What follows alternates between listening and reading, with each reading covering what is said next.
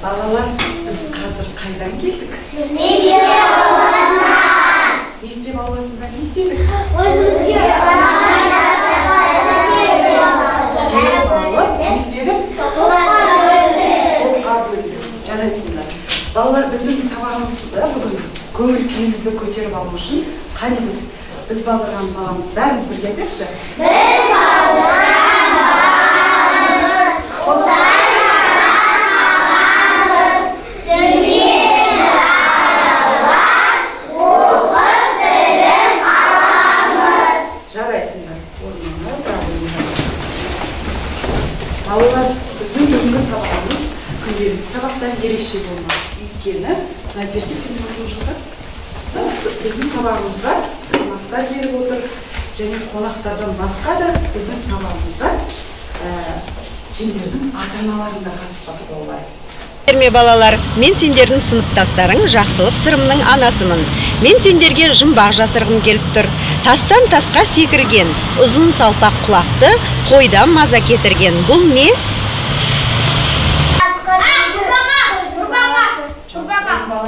Тас секіреді екен, тасқа секіреді. Лақ екен, тамаша. Ал балалар, лақ деген сөз қандай дыбыстан басталды? Бәріміз айтып көрейікші. Тамаша, керемет. Біз бүгінгі сабағымыздың тақырыбы балалар мектеп ауласына саяхат және Л дыбысымен тәрбие екен. Ал балалар, қараңдар. Лақ дегенде неше буын бар?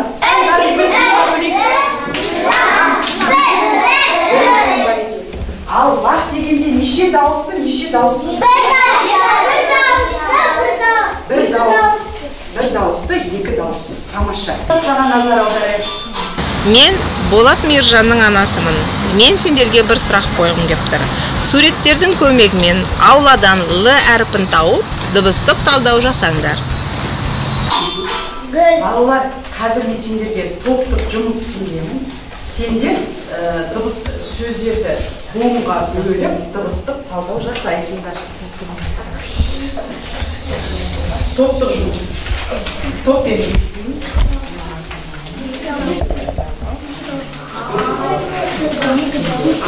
Топпен жұмыс істейміз.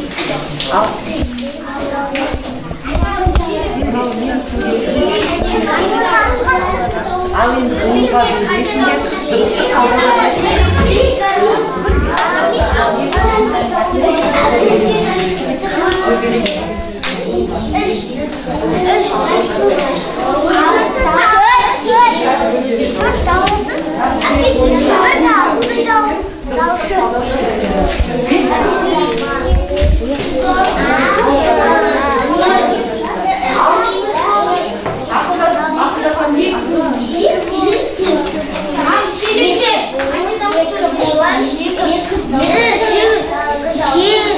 Gel, kım, cibir, cansın.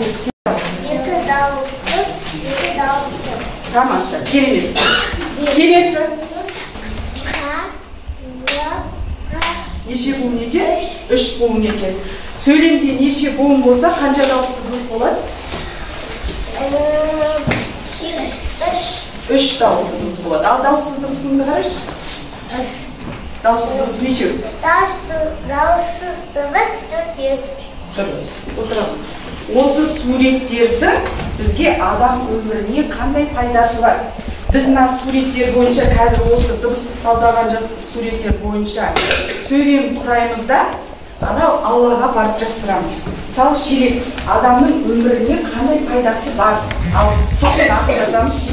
Алма адамның өміріне ақылдасамыз. Сөйлем құраймыз. Адамның өміріне қандай пайдасы бар? Шелектің адам өміріне қандай пайдасы бар екен? Аллаға қандай пайдасы бар? Аллаға шелекке су құйып, гүлдерге, шөптерге, қиғанға жапсырады. Жарайсың. Мынаны алда Аллаға жапсырады. Аллаға жапсырады. Келесі. Аға келе ғой.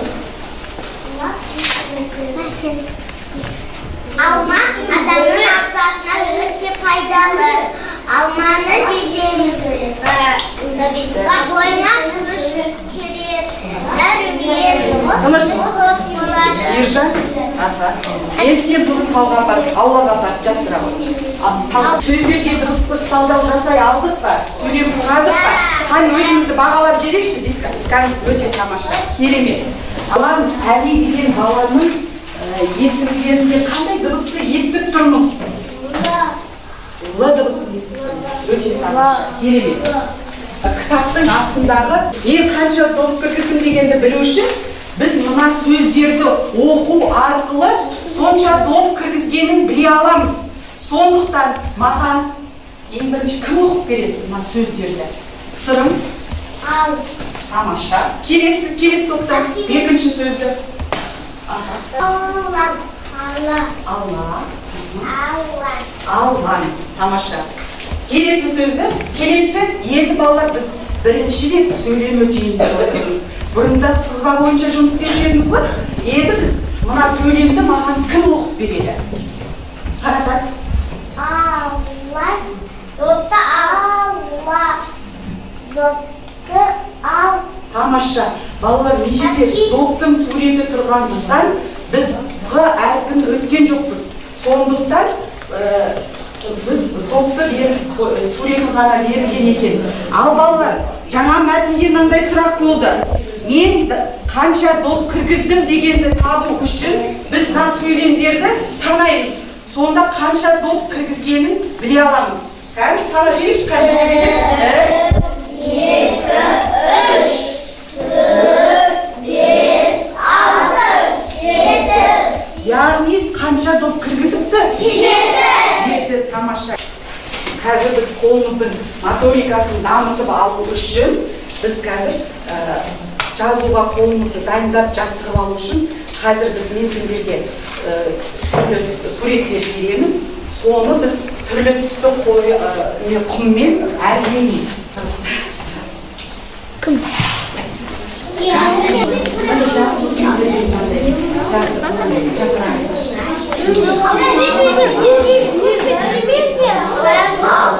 Балалар, бері қараңыз.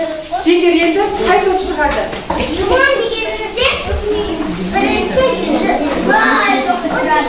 Лимон деген бірінші Л әрпі тұрады дейді. Жарайсың. Мен сурет екен? Түлкі. Түлкі деген сөзде Л әрпі бар ма? Қай жерде кездесіп тұр? Түлкі. Ортасында кездесіп тұр. Тамаша. Өзімізді бағалап жерекші осы жерде. Ал балалар, біздің қолымыздың моторикасын дамытып алдық. Қазір біз Л әрпін бер қараңдар. Л әрпін аулада жазып көрейікші. Кіші әрпін 1, 2. Қайттан айталаймыз. 1, 2. Құммен жазып көреміз. Осы әріпті құммен жазып көреміз.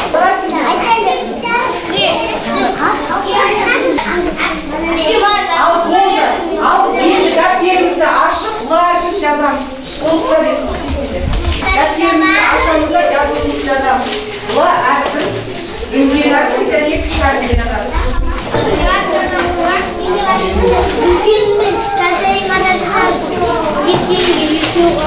Біз ана топ серуенде жапырақты теріп келіп едік қой.